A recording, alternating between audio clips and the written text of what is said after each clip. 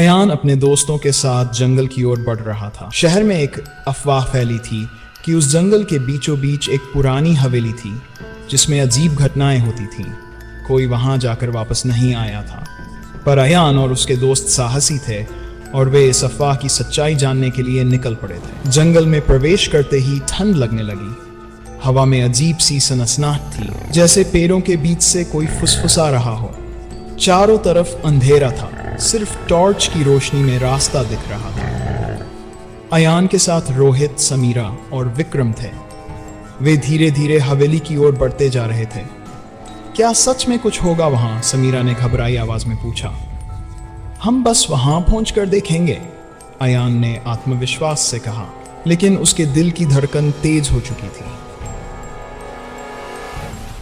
हवेली के पास पहुंचते ही दरवाजे पर लगी जंग खाई हुई तख्तियों ने उनका स्वागत किया। हवेली का दरवाजा धीरे धीरे खुद ही खुल गया। सबने एक दूसरे की तरफ देखा और अयान ने सबसे पहले कदम रखा। जैसे ही वे अंदर घुसे, हवेली की दीवारों से अजीब सी आवाजें आने लगीं। ऐसा लग रहा था जैसे कोई अदृश्य शक्ति उनका पीछा कर रही हो। अचानक विक्रम ने कुछ सुना। एक कमरे से रोशनी चमक रही थी। सब डर के बावजूद उस कमरे की ओर बढ़ने लगे। कमरे के अंदर पहुंचते ही चारों ओर अजीब आकृतियां दिखाई देने लगी, जैसे दीवारों पर परछाइयां नाच रही हों। विक्रम ने घबराकर दरवाजा बंद करना चाहा, लेकिन दरवाजा खुद ही जोर से बंद हो गया।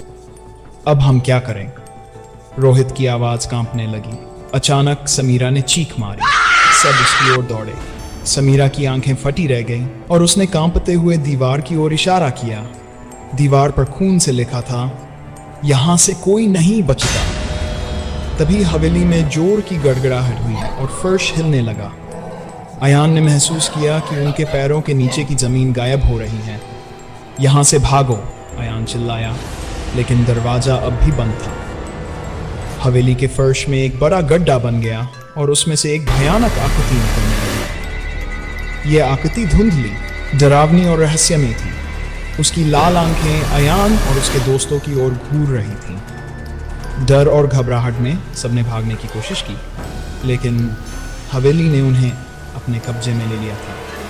रोशनी धीरे धीरे फीकी पड़ने लगी और सबकी चीखें हवेली में गूंजने लगीं।